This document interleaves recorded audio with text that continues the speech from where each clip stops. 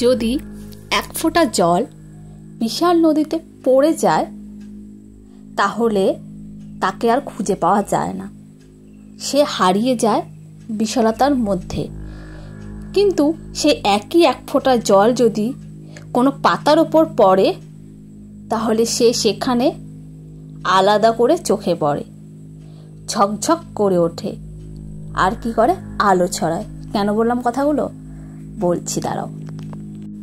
ঠিক এভাবেই আমাদের জীবন। আমরা অনেক সময় এমন জায়গায় নিজেকে বসিয়ে ফেলি যেখানে আমাদের কোনো মূল্যায়নই হয় না, যেখানে আমাদের গুণ, যোগ্যতা, চেষ্টা কিছুই চোখে পড়ে না। আমরা হারিয়ে যাই একদম নদীর জলের মতো। কিন্তু আমাদের জীবন তো একটাই। যদি আপনি নিজের অস্তিত্বকে প্রকাশ করতে না পারেন, আপনার মেধাকে যদি তুলে ধরতেই না পারেন, তাহলে কিসের জন্য এত চেষ্টা, এত স্বপ্ন? আপনার প্রতিভা আছে, আপনি পরিশ্রমী, আপনার নিজের মতো কিছু দেওয়ার ক্ষমতা আছে। কিন্তু আপনি যদি সেই পরিবেশ বা সেই জায়গায় না থাকেন যেখানে আপনাকে গুরুত্ব দেওয়া হবে, যেখানে আপনি নিজের প্রমাণ করার সুযোগ পাবেন, তাহলে আপনি শুধু নিজের সময়ই নয়, নিজের জীবনের মূল্যবান সম্ভাবনাকেও হারিয়ে ফেলবেন। এই জন্যই নিজের জায়গা বেছে নেওয়া খুব গুরুত্বপূর্ণ।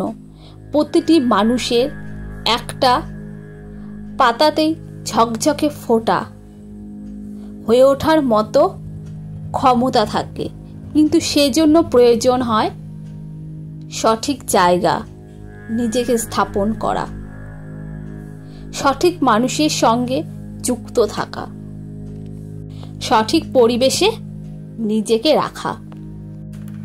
জীবনে সফল হতে হলে শুধু মেধা থাকলেই হবে না, সেই মেধা বিকাশের সুযোগও থাকতে হবে। তাই সবার আগে নিজের ভেতরের আলো চিনে নিতে হবে, তারপর খুঁজে নিতে হবে সেই জায়গা যেখানে আপনি আপনার আলোক ঝলক দেখাতে পারবেন।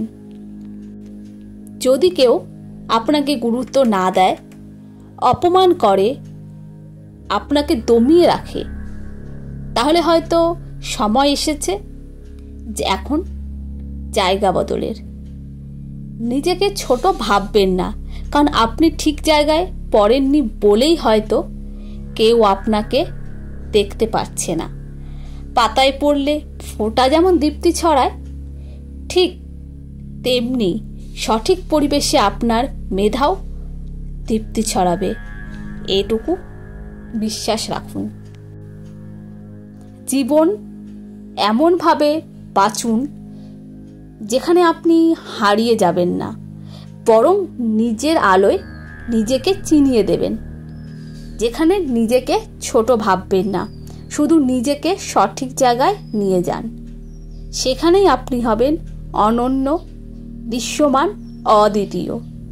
আপনার আলোকে হারিয়ে যেতে দেবেন না, বরং তাকে এমন স্থানে রাখুন যেখানে তা ঝলমল করে উঠবে।